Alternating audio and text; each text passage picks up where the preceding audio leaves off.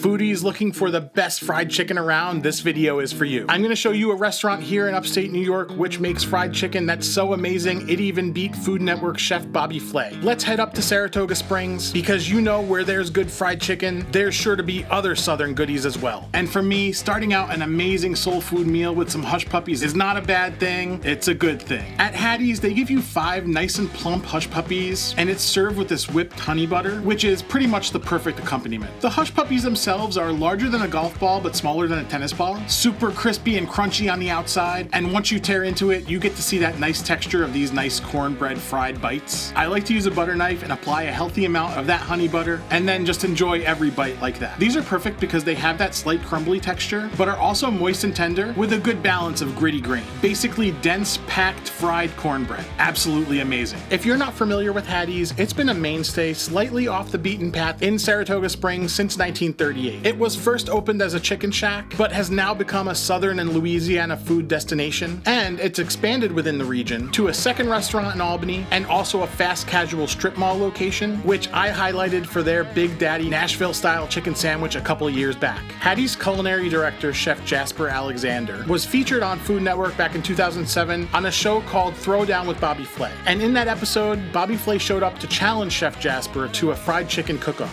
And Bobby Flay lost pretty epically here.